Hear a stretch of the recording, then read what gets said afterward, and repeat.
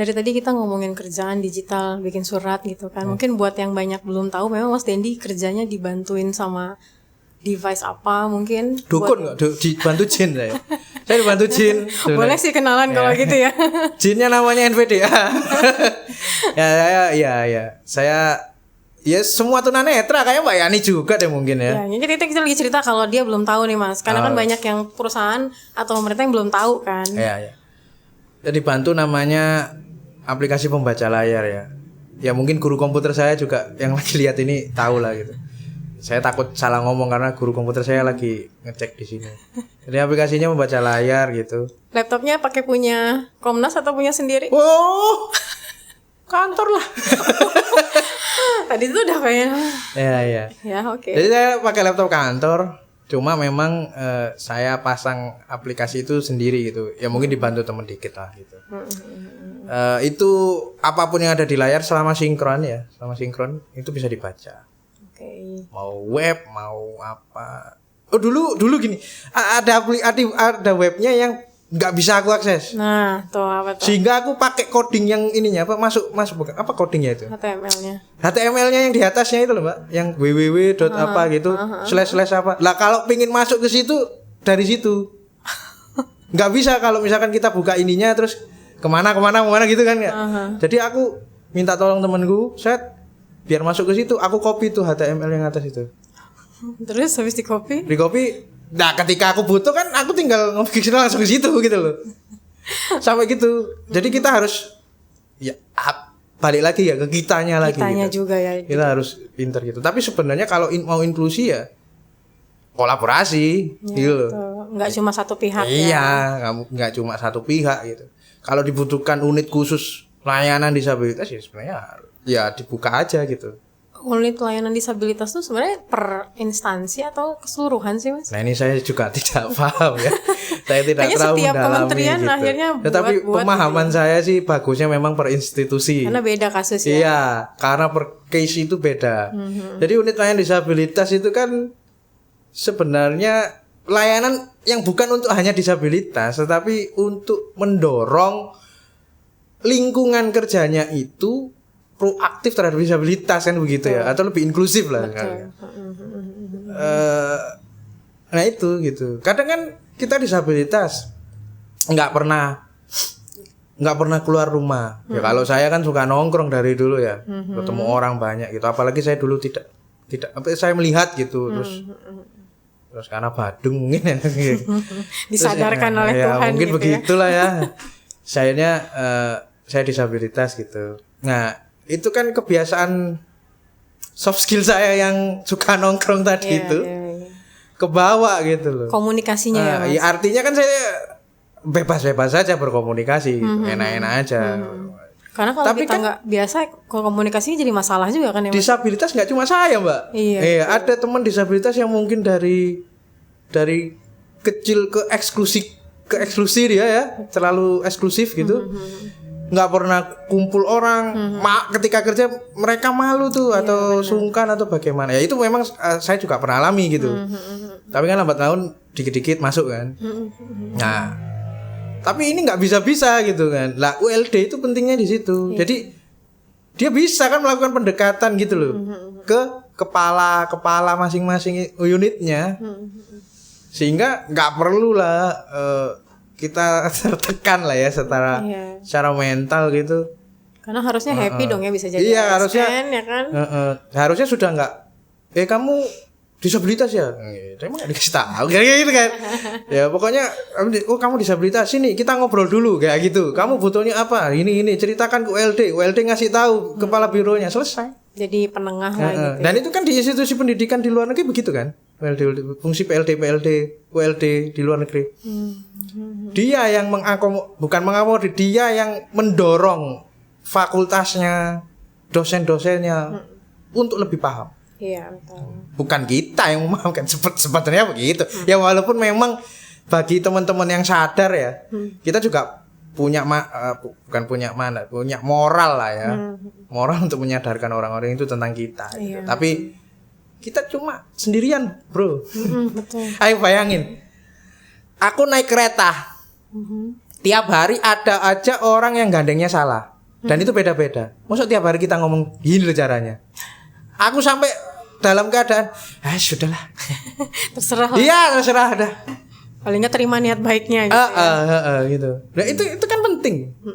Gitu. Tapi Mas Dendi kesulitan gak sih untuk beradaptasinya? Tadi kan karena nongkrong nih kan jadi aman. Tapi emang aman dari awal kah atau perlu waktu juga? Oh enggak, perlu waktu. Adaptasi itu tidak mungkin mudah. Aku bilangnya begitu. Karena adaptasi itu erat kaitannya dengan kata sulit.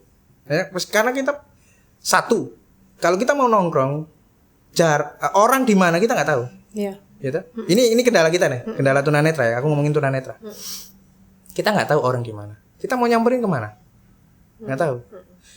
Ini cerita agak sedikit lucu sih. Aku awal ke Komnas, ke kantor itu, nggak tahu nih orang ini pada kemana. Pada kemana? Iya. Aku lempar, mungkin karena kepagian ya, itu bagaimana ya? Aku lempar tongkat. Nah itu baru ada yang nyamperin tuh. Lempar tongkat tuh posisinya dari mana, di lobi kah? Iya, itu sepertinya di lobi. Sudah di lobi. Okay. Aku lempar tongkat, set.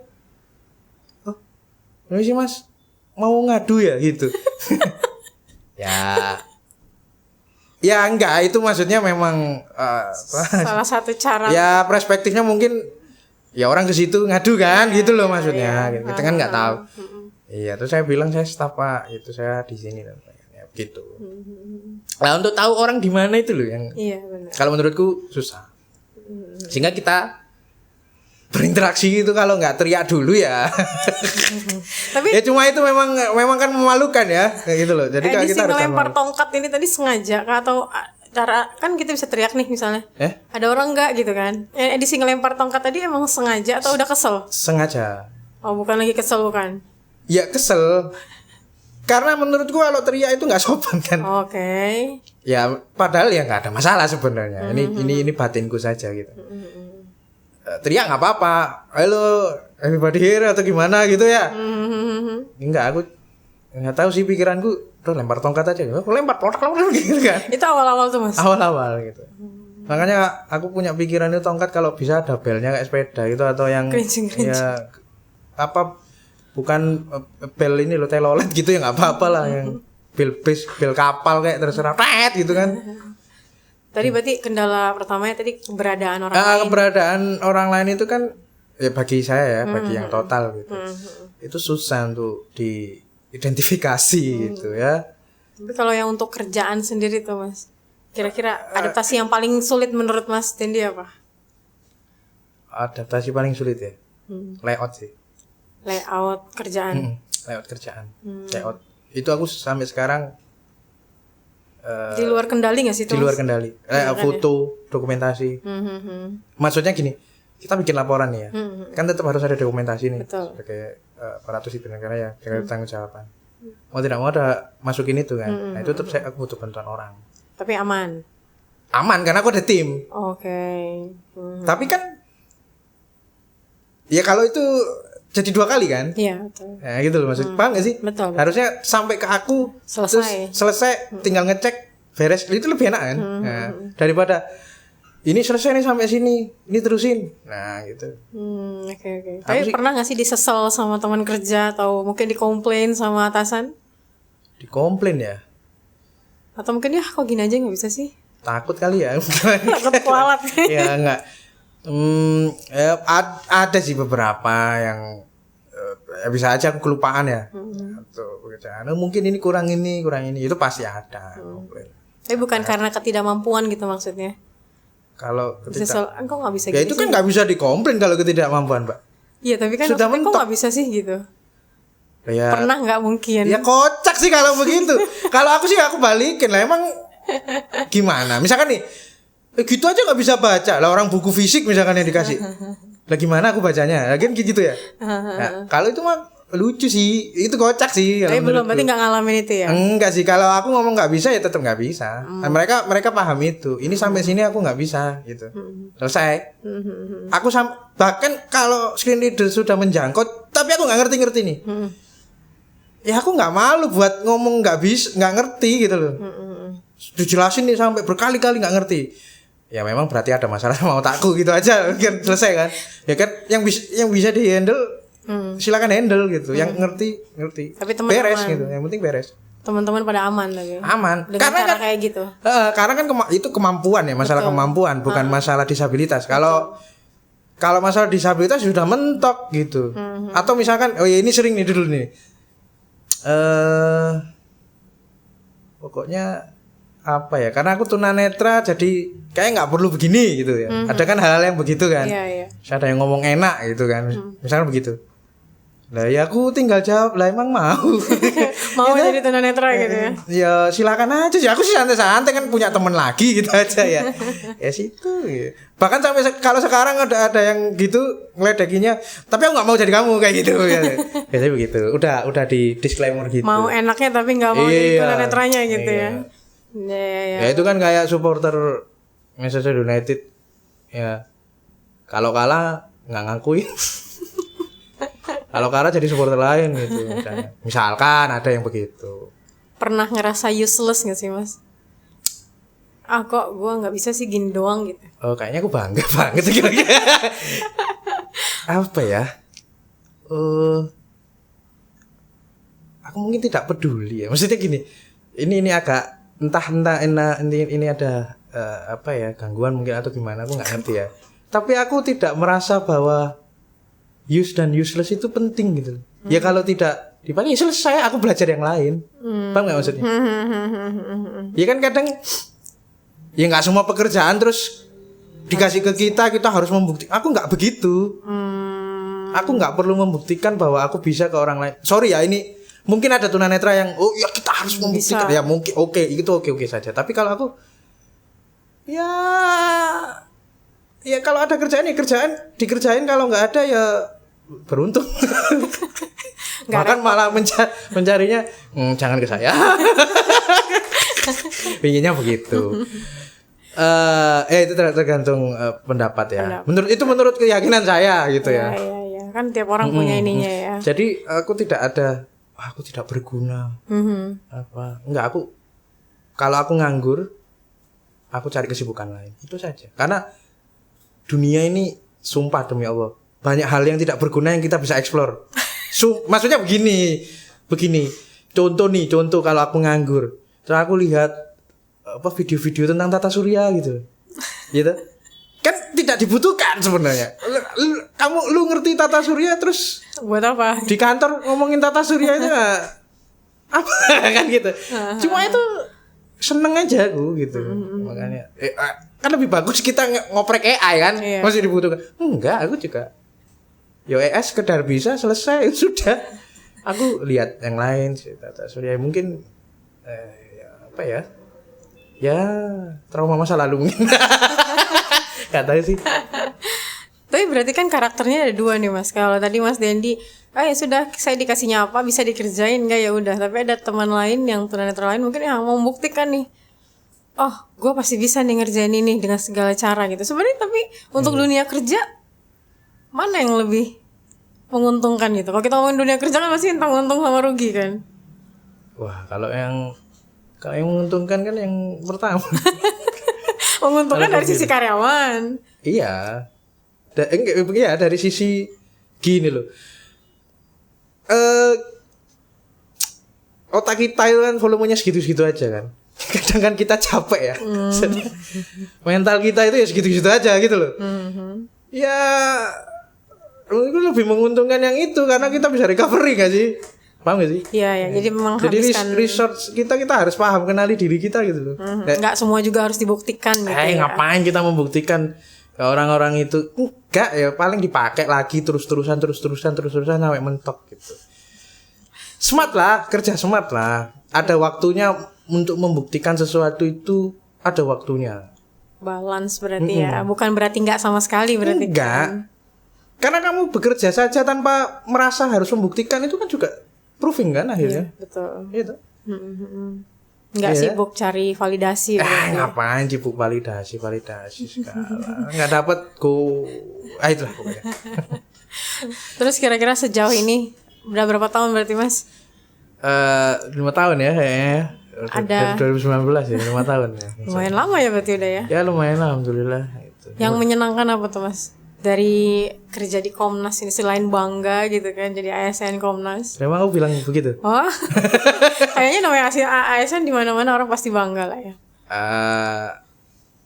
Iya, mungkin orang lain ya. Aku gimana ya? Aku cara berpikirku itu enggak yang ekstrim misalkan harus bangga gitu.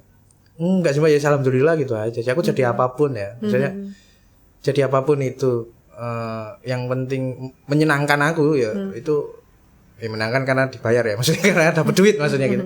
Itu aku seneng aja gitu. Jadi enggak bangga-bangga banget yang harus mungkin orang tua ya. Iya kan orang tua. Kebanggain orang tua, keluarga. Walaupun tunanetra anak Ya, saya kan, ini gitu ya. Lingkungannya kan enggak ada yang ASN ya.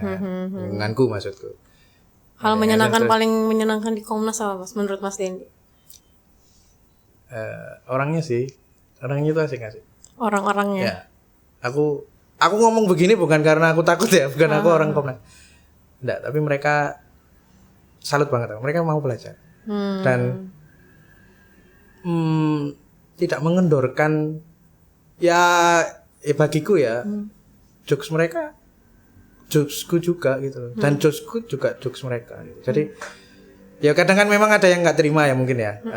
Karena memang aku ngomong jokes sih berarti terlalu mungkin terlalu dalam ya. Tapi aku seneng gitu. Mereka tidak menguranginya gitu. Dan ya mereka bercanda sama aku, mereka tahu sama aku. Mereka belajar bareng sama aku. Nah, itu aku yang senang. Bahkan pimpinan juga begitu. Terus setelah Mas Dendi ada lagi nggak di Komnas? Kenapa? Setelah Mas Dendi ada lagi nggak angkatan selanjutnya sampai sekarang ini? Setelah tidak ada dibuka pendaftaran tapi tidak ada yang daftar. Kenapa tuh Mas? Tahu nggak mungkin? Ya. Jurusannya? Gini deh, Mbak, kalau misalkan daftar kan ada peringkat institusi yang pendaftarnya banyak gitu kan. Komnasnya di bawah-bawah gitu loh. Jadi ya udahlah. Tapi kan buat disabilitas sebuah peluang kan?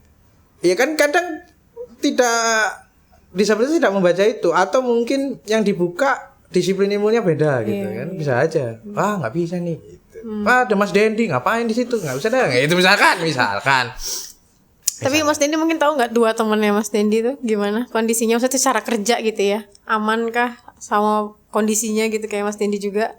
Harusnya dipanggil mereka sih, harusnya kan bergaul. Jadi gini, tunanetranya dua nih, aku sama Mas, namanya ada Mas Haji.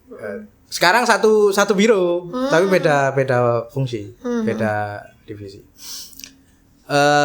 Mas Haji, kalau Mas Haji dari dulu di situ dia low vision, jadi dia mengerjakan segala hal sih. Ya nggak tahu ya kenapa ya. Bisa saja yang pertama, yang kedua. Ya. Kita nggak tahu ya. Tapi kalau mau pengen tahu ya diundang aja sih kalau menurutku ya. Boleh. Yang satu tuli, namanya Melia. Ya beliau sepertinya ya apa ya? Ya beradaptasi gitu. Kalau memang pengen lebih tahu lebih dalam tentang teman-teman gue yang lain ya undang aja mereka. Boleh. Pasti perspektifnya kan beda. Ya, mungkin dia pasti apa yang Dendi ngomong itu bohongan itu. Kan bisa begitu ya? Bisa aja gitu. Dari semua obrolan ini tuh kayak merasa Komnas ini belajarnya itu yang bikin senang ya. Maksudnya itu dalam arti mereka mungkin belum siap secara infrastruktur, fasilitas, tapi kemauan untuk berkomunikasi sama karyawan disabilitas itu jadi sebuah kemudahan buat Mas Dendi teman-teman gak sih? Aku nggak ngomong belum siap lo ya, sampean lo ya. Iya aku lah yang ngomong iya, emang. Iya. Nggak, tapi kan gini framingnya begitu kayak aku yang ngomong gitu. Lo tidak lo. Ya, jadi itu memang kan orang itu butuh kesadaran, butuh pengetahuan, butuh wawasan. Dari situ orang bisa menentukan kebijakan yang proporsional seperti apa sih, yang tidak mendiskriminasi itu bagaimana sih. Jadi kan butuh pengetahuannya dulu, atau wawasannya dulu, atau sampai dia sadar tuh ternyata begini ya, itu tunanetra ternyata begini gitu, sehingga muncul kebijakan, anggaran di situ ada. Nah itu yang penting gitu. Luar biasa, seru banget nih. Obrolan kalau diterusin kayaknya sampai besok nih kayaknya sih. Ya tergantung kan anggarannya berapa gitu. Ya bosnya boleh gitu aja. Gampang, bos saya kaya, tenang saja. Oh gitu ya. Jadi mungkin terakhir nih Mas, sebelum kita selesai, apa yang mau Mas Dendi bilang buat teman-teman disabilitas di luar sana yang mungkin masih ragu mau ngelamar kerja, atau juga buat perusahaan swasta dan juga pemerintah yang masih bingung kalau mau nerima disabilitas tuh gimana ya? Ya kontak Pertuni aja lah. Kalau bingung ya tinggal kontak organisasi masyarakat disabilitas kan. Cari tahu misalkan nih tentang tunanetra. Adanya Pertuni, ya Pertuni lah diajak ngobrol gitu kan. Tuh. Sebagai apa ya? G2G apa? Organisasi ke organisasi lah gitu. Iya. Kalau organisasi ke personal itu kan ya akhirnya kebijakannya dari aku untuk aku gitu loh maksudnya. Bahkan di Komnas itu kan websitenya juga minta pendapatku kan untuk aksesibilitas gitu. Oh iya. Ya sempat kita ngundang narsum dari ahli tunanetra lah pokoknya gitu. Dan ya di samping itu juga aku ngasih saran gitu. Dilibatkan. Iya, ya, kadang memang kita punya. Tetapi itu kan dari aku dari aku organisasi kebijakan muncul ke aku lagi gitu. Ya walaupun mungkin teman-teman yang lain bisa merasakan gitu, tapi untuk memverifikasi dan validasi itu kita butuh organisasi secara keseluruhan. Sehingga oh ini ya, ini kata Pertuni kok, ya kan begitu kan. Misalkan ini kata Pertuni kok disalahin, sana kepentingan kayak gitu. Jadi kalau pemerintah atau swasta bingung ya tinggal kontak Pertuni gitu. Pertuni juga punya IG kan? Punya. Nah, media sosialnya ada kan? Ada. Kalau yang ragu-ragu, ya apa yang kalian ragukan itu apa gitu? Duit ada men kalau kerja gitu loh maksudku. Buat teman-teman disabilitas. Iya, justru kalian kalau nggak kerja kan meragukan kan, Iya, gitu. benar. Karena nggak ada duit dan sebagainya. Tapi daftar aja dulu. Kita jangan nunggu akses lah untuk mendaftar sesuatu itu. Kalau kita nunggu, ya umurmu sudah berapa, gitu kan? Aku pernah ini ada temanku di Komnas. Iya Komnas itu orang belum siap gini. Ini temanku yang ngomong bukan aku ya. Tuh kan? Temanku belum siap gini nerima kamu dan di saat ini yang netra gitu. So aku jawab lah kalau nggak ada yang begini lah aku makan apa gitu. Ya selesai kan, selesai urusan. Siap gak siap institusi itu ya kita bapak talas lah gitu aja lah pikiranku sih. Betul. Gitu sih. Ini tantangan gitu loh. Ini tantangan. Kalau nggak mau disebut kendala ya tantangannya gitu ya. Betul. Tantangannya di situ. Jadi udah men meragukan sesuatu hal itu daftar aja dulu. Coba dulu gitu ya. Coba. Ada yang tanya bingung. Enaknya daftar beasiswa dulu apa CPNS? Daftar aja semua selesai kan? Gak usah ribet gitu ya. Iya. Kenapa harus diribetin gitu loh maksudnya? Siap. Makasih. Kadang yang ngeribetin kita sendiri kan gitu. Iya benar. Kita yang udah overthinking duluan ya. Jangan nggak bisa gitu ya. Terakhir Pak, aku pingin nge-highlight pesanku ini untuk pemerintah sama swasta. Silakan. Kontak Pertuni, itu aja. Selesai. Kontak Pertuni untuk bisa diskusi bareng. Kalau ternyata menerima tenaga kerja disabilitas itu tidak serumit itu ya Mas, tidak semahal itu dan bisa dikomunikasikan kayak sekarang yang dilakukan sama Komnas. Iya. Siap. Terima kasih. Kalau ada yang salah kan kita yang kena juga kan gitu loh maksudku. Aman tenang aja. Siap Mas Dendi, makasih sekali waktunya sudah mau hadir. Semoga sehat selalu, makin sukses lagi ke depannya. Ya, terima kasih Mbak Yani. Terima kasih. Aku tiap hari di sini kok tante. Ini boleh diminum gak ini? Boleh, saya baru tahu ini. Waduh, nggak dikasih tahu. Aduh, gimana ya minumnya susah banget ya. Terima kasih banyak sekali lagi Mas Dendi dan sampai ketemu di media Pertuni selanjutnya. Enak banget nih Mbak. Iya, terima kasih. Segmen-segmen selanjutnya saya Rani mohon pamit. Assalamualaikum warahmatullahi wabarakatuh. Waalaikumsalam warahmatullahi wabarakatuh.